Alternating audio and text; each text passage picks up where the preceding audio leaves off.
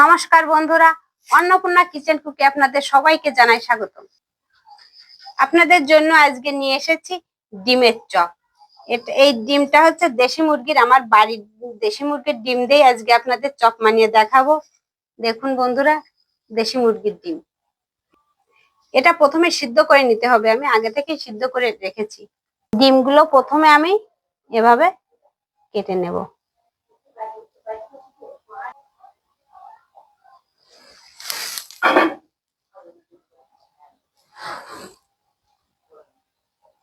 আমি 3টে ডিম দিয়ে দেখুন কতগুলো পিস করে নিয়েছি।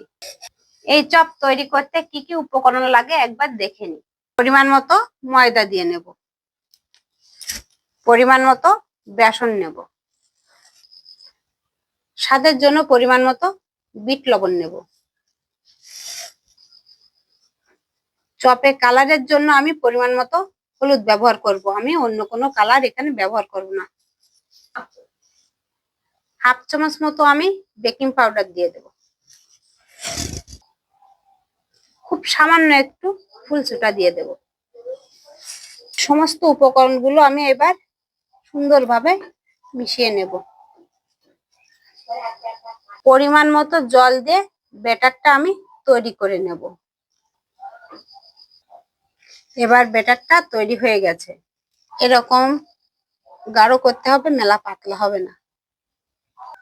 কড়াইতে তেলটা গরম হয়ে গেলে এভাবে ডিমটা ব্যাটারে চুবিয়ে নেব,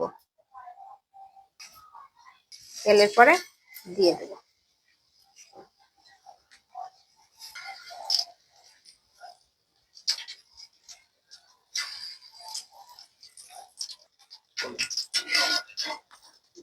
দেখুন বন্ধুরা, ডিমের চপটা আমার লাল লাল হয়ে এসেছে, মানে আমার ভাজাই হয়ে এসেছে। এবার আমি তুলে নেব।